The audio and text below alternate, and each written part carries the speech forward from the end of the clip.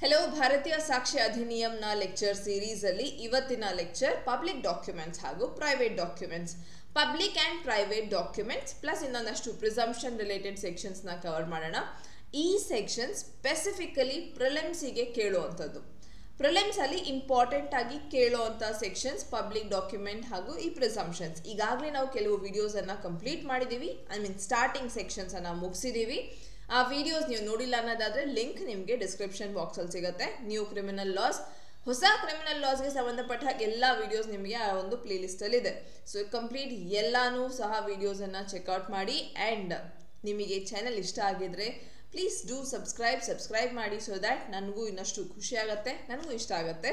ಹಾಗೆ ಈ ವಿಡಿಯೋಸ್ ನಿಮಗೆ ಇನ್ಫಾರ್ಮೇಟಿವ್ ಇದೆ ಅಂತಂದರೆ ಪ್ಲೀಸ್ ಇದನ್ನು ಶೇರ್ ಮಾಡಿ ನಿಮ್ಮ ಫ್ರೆಂಡ್ಸಿಗೆ. ಬಿಕಾಸ್ ಈ ವಿಡಿಯೋಸ್ ಬರೀ ಸಿವಿಲ್ ಜಜ್ ಎಕ್ಸಾಮ್ ಸ್ಟೂಡೆಂಟ್ಸ್ಗೆ ಅಂತ ಅಲ್ಲ, ಪ್ರತಿಯೊಬ್ಬ ಲಾ ಸ್ಟೂಡೆಂಟಿಗೂ ಸಹ. ಹಾಗೆ ವಿಡಿಯೋ ಸ್ಟಾರ್ಟ್ ಮಾಡೋಣ. ಅಡ್ವೊಕೇಟ್ ಸ್ವಾತಿ ಚಾನಲ್ಗೆ ಸ್ವಾಗತ. ನಾನು ಸ್ವಾತಿ ಲಾ ಕ್ಲಾಸಸ್ ಕಡೆಯಿಂದ ಕರ್ನಾಟಕ ಸಿವಿಲ್ ಜಜ್ ಎಕ್ಸಾಮಿಗೆ ಪ್ರಿಪ್ರೇಷನ್ ಮಾಡ್ತಿರೋಂಥ ಸ್ಟೂಡೆಂಟ್ಸಿಗೆ 2 ಬ್ಯಾಚಸ್ ರನ್ನಿಂಗ್ ನಡೀತಿದೆ. ಕಾಂಪ್ರಿಹೆನ್ಸಿವ್ ಬ್ಯಾಚ್ ಹಾಗೂ ಪ್ರಿಲಿಮ್ ಸ್ಪೆಷಲ್ ಬ್ಯಾಚ್. ಎಕ್ಸಾಮ್ನ ನೋಟಿಫಿಕೇಶನ್ ಈ ವರ್ಷದ್ದು ಈಗ ನಾವು ಡಿಸೆಂಬರಲ್ಲಿ ಎಕ್ಸ್ಪೆಕ್ಟ್ ಮಾಡಬಹುದು. ವೈ? ಬಿಕಾಸ್ ನಮಗೆ ಒಂದು ಅಮೆಂಡ್ಮೆಂಟ್ನ ನೋಟಿಫಿಕೇಶನ್ ಏನು ಬಂದಿತ್ತೋ ಅದರ ಪ್ರಕಾರ ಇನ್ನೊಂದು 15 ಡೇಸ್ ನಂತರ ಅಂತ ಇತ್ತು. ಸೊ 15 ಡೇಸ್ ಮುಗಿದಿದೆ. ಈಗ ಈ ಡಿಸೆಂಬರ್ 1 ನಾವು ನೋಟಿಫಿಕೇಶನ್ ಎಕ್ಸ್ಪೆಕ್ಟ್ ಮಾಡಬಹುದು. ಡಿಸೆಂಬರಲ್ಲಾದರೂ ಬರ್ಬೋದು ನೋಟಿಫಿಕೇಶನ್, ಜನವರಿಯಲ್ಲಾದರೂ ಬರಬಹುದು. ಬಟ್ ಖಂಡಿತ ಬರುತ್ತೆ, ಎಕ್ಸಾಮ್ ನಡೆಯುತ್ತೆ. ಅದಕ್ಕೆ ನಾವು ತಯಾರಾಗಿರ್ಬೇಕು ಅಷ್ಟೇನೆ. ಸೊ ನಮ್ಮ ತಯಾರಿ, ನಾವು ಜಡ್ಜ್ ಆಗಬೇಕು ಅಂತ ಡಿಸೈಡ್ ಮಾಡಿದ್ದೀರಿ. ಇದು ನಮ್ಮ ಡ್ರೀಮ್, ಇದು ನನ್ನ ಗೋಲ್ ಅಂತ ಅಂದಾಗ ಅದಕ್ಕೆ ನಾನು ತಯಾರಿ ಮಾಡೋದಕ್ಕೂ ಸಹ ಸ್ಟಾರ್ಟ್ ಆಗಿರಬೇಕು. ತಯಾರಿ ಆಲ್ರೆಡಿ ಮಾಡ್ತಿರ್ಬೇಕು. ಸೊ ಹಾಗಾಗಿ ಎಕ್ಸಾಮ್ ಬಂದ ನಂತರ ತಯಾರಿ ಮಾಡೋದಕ್ಕಾಗೋದಿಲ್ಲ. So start your preparation. And ನಿಮ್ಮ ಡ್ರೀಮ್ ಜಡ್ಜ್ ಆಗಬೇಕು, ನಿಮ್ಮ ಆಸ್ಪಿರೇಷನ್ ಅಂತ ಅಂದಾಗ dream big and being judge is your dream, then you should enroll to comprehensive batch. because ಈ ಬ್ಯಾಚ್ ನಿಮ್ಮ ಆ ಕನಸನ್ನ ನನಸು ಮಾಡೋದಕ್ಕೆ ಕಂಪ್ಲೀಟ್ ಗೈಡೆನ್ಸ್ ಹಾಗೂ ಸಪೋರ್ಟ್ ಅನ್ನ ಕೊಡ್ತೀವಿ.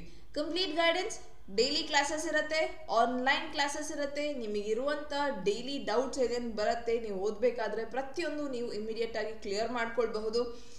ಹಾಗೆ ನಿಮ್ಮ ಒಂದು ಈ ಜರ್ನಿಗೆ ಸಪೋರ್ಟ್ ಮಾಡೋದಕ್ಕೆ ಬೇಕಿರುವಂಥ ಸ್ಟಡಿ ಮಟೀರಿಯಲ್ ಪ್ರೊವೈಡ್ ಆಗುತ್ತೆ. ಪ್ಲಸ್ ನಿಮಗೆ ಮಾಕ್ ಟೆಸ್ಟ್, ದಟ್ ನಿಮ್ಮ ಅನಾಲಿಸಿಸ್ ನಡೆಸೋದಕ್ಕೆ ಎಷ್ಟು ನೀವು ಓದಿದ್ದೀರಿ, ಎಷ್ಟು ಸ್ಟೇಜಲ್ಲಿ, ಯಾವ ಸ್ಟೇಜಲ್ಲಿ ಇದ್ದೀರಿ, ನಿಮ್ಮ ಪ್ರಿಪ್ರೇಷನ್ ಯಾವ ಹಂತದಲ್ಲಿದೆ ಚೆಕ್ ಮಾಡ್ಕೊಳ್ತಿರೋದು ಇಂಪಾರ್ಟೆಂಟ್ ಆಗುತ್ತೆ. ಸೊ ಮಾಕ್ ಟೆಸ್ಟ್ ಅದನ್ನು ಮಾಡುತ್ತೆ. ಕ್ಲಾಸಸ್ ನಿಮಗೆ ಕಂಫರ್ಟಬಲ್ ಆಗಿ ಕನ್ನಡ ಹಾಗೂ ಇಂಗ್ಲೀಷ್ 2 ಭಾಷೆಯಲ್ಲೂ ಸಹ ಇರುತ್ತೆ. ಸೊ ಕ್ಲಾಸಸ್ ಅಂದಿದ ತಕ್ಷಣ ಇದು ನಿಮಗೆ ಅರ್ಥ ಆಗದೆ ಇರೋ ರೀತಿ ತುಂಬ ಮೇಲಿಂದ ಹೋಗುತ್ತೆ ಅಲ್ಲ. ಕಂಪ್ಲೀಟ್ ಸಿಂಪಲ್ ಆಗಿ ನಿಮಗೆ ಅರ್ಥ ಮಾಡಿಸೋ ರೀತಿ, ನಿಮಗೆ ಅರ್ಥ ಮಾಡಿಸೋದಿಕ್ಕೆ ಅಂತಾನೆ ಇರುವಂಥ ಕ್ಲಾಸಸ್. ಸೊ ಕಾನ್ಸೆಪ್ಚುವಲ್ ಅಂಡರ್ಸ್ಟ್ಯಾಂಡಿಂಗ್ ಏನೇ ನಮ್ಮ ಒಂದು ಫೋಕಲ್ ಪಾಯಿಂಟ್. ಸೊ ಹಾಗೆ ನಮ್ಮ ಬ್ಯಾಚಸ್ ಇಂದ ಈಗಾಗಲೇ 2 ನಾವು ಸಕ್ಸಸ್ ಅನ್ನ ಕೊಟ್ಟಿದ್ದೀವಿ.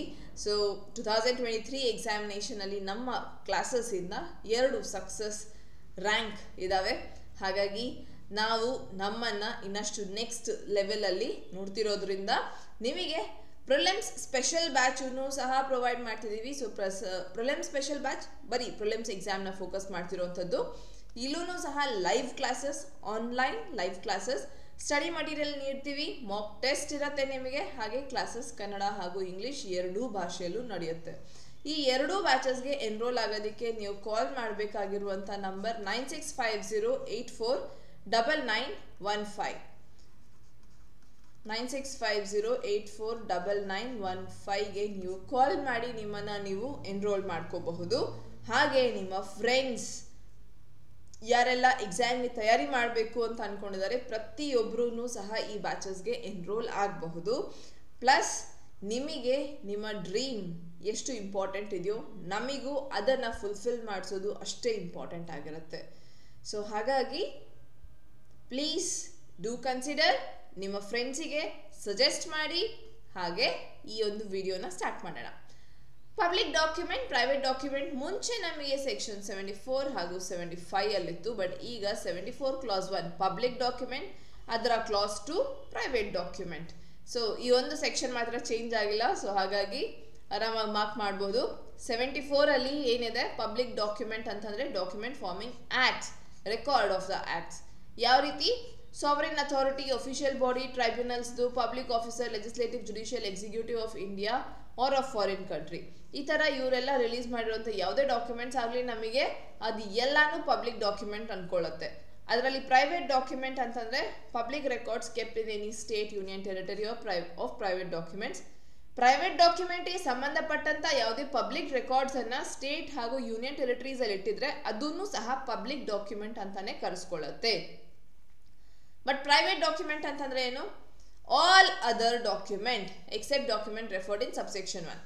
ಈ ಸಬ್ಸೆಕ್ಷನ್ 1 ಅಲ್ಲಿ ಬಿಟ್ಟು ಬೇರೆ ಎಲ್ಲ ಡಾಕ್ಯುಮೆಂಟ್ ಪ್ರೈವೇಟ್ ಡಾಕ್ಯುಮೆಂಟ್ ಅಂತಂದ್ರೆ, ಈಗ ಫಾರ್ ಎಕ್ಸಾಂಪಲ್ ಒಂದು person in document contract in REM, contract in person ಅಂತ ಇರುತ್ತೆ. Contract in REM for the world at large release high court ಈಗ ರಿಲೀಸ್ ಮಾಡುವಂಥ ಪ್ರತಿಯೊಂದು ನೋಟಿಫಿಕೇಶನ್ ನಮಗೆ ಪಬ್ಲಿಕ್ ಡಾಕ್ಯುಮೆಂಟ್, ಪಬ್ಲಿಕ್ ಡೊಮೇನ್ ಅಲ್ಲಿ ಇದೆ. That is in rem. Personam ಅಂತ ಅಂದಾಗ ಈಗ ನಾನು ಇನ್ನೊಬ್ಬರ ಜೊತೆ ಒಂದು ಸೇಲ್ ಡೀಡ್ ಮಾಡ್ಕೊಂಡಾಗ ಅದು ನಮ್ಮ ಒಂದು ಪರ್ಸನಲ್ ಆಗಿರೋದ್ರಿಂದ ಅದೊಂದು ಪ್ರೈವೇಟ್ ಡಾಕ್ಯುಮೆಂಟ್ ಆಗುತ್ತೆ, ಅದು ಪಬ್ಲಿಕ್ ಡೊಮೇನ್ ಅಲ್ಲಿ ಇಲ್ಲ. So that is private document. ಅಷ್ಟೇ ಡಿಫ್ರೆನ್ಸ್. ಇದು 74 and 75 ಅಂತ ಏನಿತ್ತು, ಈಗ 74 clause 1, 74 clause 2 ಪ್ರೈವೇಟ್ ಡಾಕ್ಯುಮೆಂಟ್ ಆಗುತ್ತೆ. ಸೆಕ್ಷನ್ ನಂಬರ್ ತುಂಬಾ ಇಂಪಾರ್ಟೆಂಟ್ ಆಗುತ್ತೆ. ಸೊ ಸೆಕ್ಷನ್ ನಂಬರ್ ಮ್ಯಾಂಡೇಟರಿ, ನಿಮಗೆ ಗೊತ್ತಿರಲೇಬೇಕು. Certified copies of public document, ಇದರಲ್ಲಿ ಏನನ್ನ ನಾವು ಪಬ್ಲಿಕ್ ಡಾಕ್ಯುಮೆಂಟ್ ಸರ್ಟಿಫೈಡ್ ಕಾಪಿ ಅಂತ ಕರಿತೀವಿ ಅನ್ನೋದು ಹೇಳ್ತಿದೀವಿ. ಬಟ್ ಇಂಪಾರ್ಟೆಂಟ್ ನಮಗೆ section 76. Proof of documents by production of certified copies. Such certified copy may be produced in proof of contents of public document or parts of the public document of which they purport to be copies. So public document already ಒಂದು public official ಅವರ official ಡ್ಯೂಟಿಯಲ್ಲಿ discharge ಮಾಡಿರುವಂಥ document ಆಗುತ್ತೆ, sign ಮಾಡಿರುವಂಥ document. ಅದರ ಸಂಬಂಧಪಟ್ಟ ಹಾಗೆ ನೀವು ಪ್ರೂಫ್ಗೆ ಸರ್ಟಿಫೈಡ್ ಕಾಪೀಸ್ ಅನ್ನ ನೀಡಬಹುದು. ಇದು ನಮಗೆ section 76 important for your prelims examination only. Next ಇನ್ನು ಈ ಕೆಲವು ಸೆಕ್ಷನ್ಸ್ ನಮಗೆ ಪ್ರಿಸಂಪ್ಷನ್ ಆಸ್ ಟು ಡಾಕ್ಯುಮೆಂಟ್ಸ್ ಏನಿದೆ, ಎಂಟೈರ್ ಟಾಪಿಕ್ ಇಂಪಾರ್ಟೆಂಟ್ ಏನಿಲ್ಲ, ಕೆಲವೊಂದು ಸೆಕ್ಷನ್ಸ್ ಮಾತ್ರ ಇಂಪಾರ್ಟೆಂಟ್ ಅಷ್ಟೇ. ಸೊ ಆ ಸೆಕ್ಷನ್ಸ್ನ ಮಾತ್ರ ಕನ್ಸಿಡರ್ ಮಾಡೋಣ. ಈ ಪ್ರಿಸಂಪ್ಷನ್ ಟಾಪಿಕ್ ಒಂದ್ಸತಿ ರೀಡಿಂಗ್ ಕೊಡಬಹುದು, but fine, not so important topic ಇದು ಎಕ್ಸಾಮ್ ಪರ್ಪಸ್ ಅಲ್ಲಿ. ಬಟ್ ನಮಗೀಗ ಇದರಲ್ಲಿ ಇಂಪಾರ್ಟೆಂಟ್ ಏನು ಅಂತಂದ್ರೆ presumption as to 30-year-old document 92 mains ಅಲ್ಲಿನೂ ಸಹ ಈ ಒಂದು ಕ್ವೆಶನ್ ನ ಒಂದ್ಸತಿ ಕೇಳಿದ್ದಾರೆ. ಬಟ್ ಆ presumption was relating to your ಏನು ಪ್ರಿಸಂಪ್ಷನ್ಗೆ ಎಕ್ಸಾಂಪಲ್ಸ್ ಕೊಡಿ, ಇಲಸ್ಟ್ರೇಷನ್ಸ್ ಕೊಡಿ ಅಂತ ಕೇಳಿದ್ರು. ಸೊ ಹಾಗಾಗಿ ಅದರಲ್ಲಿ ನೀವು ಇದನ್ನ ಮೆನ್ಷನ್ ಮಾಡಬೇಕಾಗುತ್ತೆ. Presumption as to 30-year-old document 92 and 93. Presumption as to electronic record 5 years old. ಯಾವುದೇ ಒಂದು ಎಲೆಕ್ಟ್ರಾನಿಕ್ ರೆಕಾರ್ಡ್, ಈಗ ಫಾರ್ ಎಕ್ಸಾಂಪಲ್ ನನ್ನ ಹತ್ರ ಅದಕ್ಕೆ ಮುಂಚೆ 30 years old ನನ್ನ ಹತ್ರ ಒಂದು ಲ್ಯಾಂಡ್ನ ಡಾಕ್ಯುಮೆಂಟ್ ಇದೆ, ತುಂಬ ದಿನದಿಂದ ಇದೆ. ಈಗ ಅದನ್ನು ನಾನು ಕೋರ್ಟ್ಗೆ ಪ್ರೊಡ್ಯೂಸ್ ಮಾಡಿದ್ದೀನಿ. ಇದು illustration, it is from illustration A.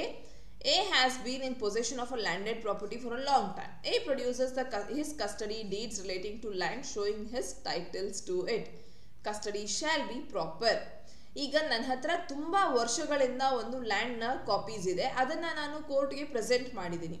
ಅದು 30 ವರ್ಷಕ್ಕಿಂತ ಜಾಸ್ತಿ ಟೈಮಿಂದನೂ ನನ್ನ ಕಸ್ಟಡಿಯಲ್ಲೇ ಇದೆ, ನಾನು ಅದರ ಪ್ರಾಪರ್ ಕಸ್ಟಡಿ ಅಂತಾನೆ ಅನ್ನಿಸ್ಕೊಳ್ತೀನಿ. ಪ್ರಾಪರ್ ಕಸ್ಟಡಿಯಿಂದನೇ ಅದನ್ನು ಪ್ರೆಸೆಂಟ್ ಮಾಡಲಾಗಿದೆ ಅಂತಾನೆ ಕರೆಸ್ಕೊಳ್ಳುತ್ತೆ. ಹಾಗೂ ಆ ಡಾಕ್ಯುಮೆಂಟ್ನ ನಾವು ಪ್ರಿಸ್ಯೂಮ್ ಮಾಡ್ಕೊಳ್ತೀವಿ. ಈಗ ಅದಕ್ಕೆ ಸೈನ್ ಮಾಡಿದಂಥ ಯಾವುದೇ ವ್ಯಕ್ತಿ ಬದುಕಿಲ್ಲ, ಆ ಕಂಡೀಷನಲ್ಲಿ ನಾವು ಡೈರೆಕ್ಟ್ ಪ್ರಿಸಂಪ್ಷನ್ ಊಹೆ ತಾಳ್ತೀವಿ, ಈ ಡಾಕ್ಯುಮೆಂಟ್ 30 ವರ್ಷಕ್ಕಿಂತ ಹಳೆಯದು ಅಂತ. ಸೊ ಇದು ನಮಗೆ ಸೆಕ್ಷನ್ 92 ಹಳೆ ಡಾಕ್ಯುಮೆಂಟ್ಸ್ಗೆ ಸಂಬಂಧಪಟ್ಟ ಹಾಗೆ ಪ್ರಿಸಂಪ್ಷನ್ 30 ವರ್ಷಕ್ಕಿಂತ ಹಳೆಯದು ಅಂತ ಭಾವಿಸ್ತೀವಿ. ಎಲೆಕ್ಟ್ರಾನಿಕ್ ರೆಕಾರ್ಡ್ ಬಗ್ಗೆ ಸಿಮಿಲರ್ ಇದೇ ರೀತಿ ಎಲೆಕ್ಟ್ರಾನಿಕ್ ರೆಕಾರ್ಡ್ ಅಂತ ಬಂದಾಗ ಅದನ್ನು ನಾವು 5 ವರ್ಷಕ್ಕಿಂತ ಹಳೆಯದು ಅಂತ ಭಾವಿಸ್ತೀವಿ.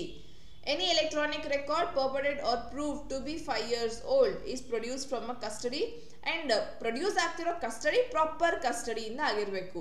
ಸೊ ಈಗ ಈ ಟೈಟಲ್ ಡಾಕ್ಯುಮೆಂಟ್ ಏನಿದೆ ಅದು ನನಗೆ ಸೇರಿರೋದು ಅಥವಾ ನನ್ನ ತಂದೆ ತಾಯಿಗೆ ಸೇರಿರೋದು ಈ ರೀತಿ, ಬಟ್ ಪ್ರಾಪರ್ ಕಸ್ಟಡಿ ಅಂದರೆ ನನ್ನಿಂದನೇ ಆಗಿರಬೇಕು, ಪ್ರೊಡ್ಯೂಸ್ ಆಗ್ತಿರೋದು, ಬೇರೆ ಯಾರೋ ಥರ್ಡ್ ಪರ್ಸನ್ ಇಂದ ಪ್ರೊಡ್ಯೂಸ್ ಆಗ್ತಿರೋ ಡಾಕ್ಯುಮೆಂಟ್ ಅಲ್ಲ.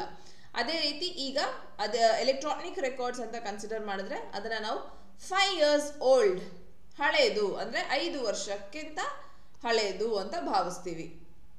ನೆಕ್ಸ್ಟ್ ಅದರಲ್ಲಿರುವಂಥ ಸಿಗ್ನೇಚರ್ಸ್ ಆಗಲಿ ಇದನ್ನ ಅಪ್ರೂವ್ ಮಾಡುವಂಥ ಪ್ರಮೇಯ ಬಂದಾಗ ಅದು ಇಷ್ಟು ಹಳೇದು ಅನ್ನೋ ರೀತಿ ಭಾವಿಸ್ತೀವಿ. ಇದು ನಮ್ಮ ಪ್ರಿಸಂಪ್ಷನ್ ಅಲ್ಲಿ ಇಂಪಾರ್ಟೆಂಟ್ ಆಗುವಂಥ 2 ಸೆಕ್ಷನ್. ಅದಾದ್ಮೇಲೆ ನಮಗೆ ಇಂಪಾರ್ಟೆಂಟ್ ಈ ಒಂದು ಕಂಡೀಷನ್ ಅಲ್ಲಿ ಎವಿಡೆನ್ಸಸ್ ಆಸ್ ಟು ಲ್ಯಾಂಗ್ವೇಜ್ ಇದೆಲ್ಲ ಇಂಪಾರ್ಟೆಂಟ್ ಆಗೋದಿಲ್ಲ. ಸೊ ಸ್ಕಿಪ್ ಮಾಡ್ಬೋದು ನಾವು ಈ ಸೆಕ್ಷನ್ಸ್ನ, ಈ ಕೆಲವು ಸೆಕ್ಷನ್ಸ್ನ. Okay, important, very important burden of proof topic. So chapter 7 burden of proof complete entire topic ಏನೇ ನಮಗೆ ಇಂಪಾರ್ಟೆಂಟ್. ಪ್ರತಿಯೊಂದು ಸೆಕ್ಷನ್ ಇಂಪಾರ್ಟೆಂಟ್. ಪ್ರಿಲಿಮ್ಸಿಗೆ ಇಂಪಾರ್ಟೆಂಟ್ ಅನ್ನೋದಕ್ಕಿಂತ ಮೇನ್ಸಿಗೆ ಜಾಸ್ತಿ ಇಂಪಾರ್ಟೆಂಟ್. ಅದೇ ಅಲ್ಲದೆ ಮೇನ್ಸಲ್ಲಿ ನಮಗೆ ಈ ಒಂದು ಪೋರ್ಷನಿಂದ 10 marks ಆನ್ಸರ್ ಕೇಳ್ತಾರೆ, ಪ್ಲಸ್ ಜಜ್ಮೆಂಟ್ ರೈಟಿಂಗ್ ಪೇಪರಲ್ಲೂ ಈ ಟಾಪಿಕ್ ಇಂಪಾರ್ಟೆಂಟ್ ಆಗುತ್ತೆ. ಸೊ ಇದು ನಾವು ನಮ್ಮ ಅಪ್ಕಮಿಂಗ್ ನೆಕ್ಸ್ಟ್ ವಿಡಿಯೋಲಿ ಮಾಡೋಣ. ಬಿಕಾಸ್ ಒಂದೇ ವಿಡಿಯೋ ಲೆಂದಿ ಆದ್ರೂ ಸಹ ಅದನ್ನು ನೋಡೋದಿಲ್ಲ. ಇನಿಷಿಯಲ್ ಸೆಕ್ಷನ್ಸ್ ನಮಗೆ ಇಂಪಾರ್ಟೆಂಟ್ ಏನಿದೆ ಅದನ್ನ ಮಾತ್ರ ಕನ್ಸಿಡರ್ ಮಾಡ್ತಾ ಹೋಗೋಣ. ವಿಡಿಯೋನು ಶಾರ್ಟ್ ಆಗಿದ್ರೆ ಆರಾಮಾಗಿ ನೋಡೋದಕ್ಕೂ ನಿಮಗೂ ಕನ್ವೀನಿಯಂಟ್ ಆಗಿರುತ್ತೆ, ಟಾಪಿಕ್ ವೈಸ್ ಡಿವೈಡ್ ಆಗಿದ್ರೆ. ಸೊ ಹಾಗಾಗಿ ಈ ವಿಡಿಯೋ ಇಲ್ಲಿಗೆ ಸ್ಟಾಪ್ ಮಾಡೋಣ. ಆ್ಯಂಡ್ ಈ ಬರ್ಡನ್ ಆಫ್ ಪ್ರೂಫ್ ನೆಕ್ಸ್ಟ್ ವಿಡಿಯೋಲಿ ಕಂಟಿನ್ಯೂ ಮಾಡೋಣ. ಅಗೇನ್ ಸ್ವಾತಿ ಲಾ ಕ್ಲಾಸಸ್ಗೆ ನೀವು ಅಡ್ಮಿಷನ್ ತಗೊಳ್ಳೋದಕ್ಕೆ ಕಾಲ್ ಮಾಡಬೇಕಾಗಿರುವ ನಂಬರ್ 9650849915. ಈ ನಂಬರಿಗೆ ಕಾಲ್ ಮಾಡಿ ನಿಮ್ಮನ್ನು ನೀವು ಎನ್ರೋಲ್ ಮಾಡ್ಕೊಳ್ಳಿ. ನಿಮ್ಮ ಪ್ರತಿಯೊಂದು ಕನಸು ನೀವೇನು ಕಾಣ್ತಿದ್ದೀರಿ ಅದು ನನಸು ಮಾಡುವಂಥ ಅಷ್ಟೇ ಜವಾಬ್ದಾರಿ ನಮ್ಮದು ಆಗಿರುತ್ತೆ. ಸೊ ವಿಡಿಯೋ ಇಷ್ಟ ಆಗಿದ್ರೆ ಶೇರ್ ಮಾಡಿ, ಲೈಕ್ ಮಾಡಿ, ಚಾನಲ್ನ ಸಬ್ಸ್ಕ್ರೈಬ್ ಮಾಡಿ. Thank you.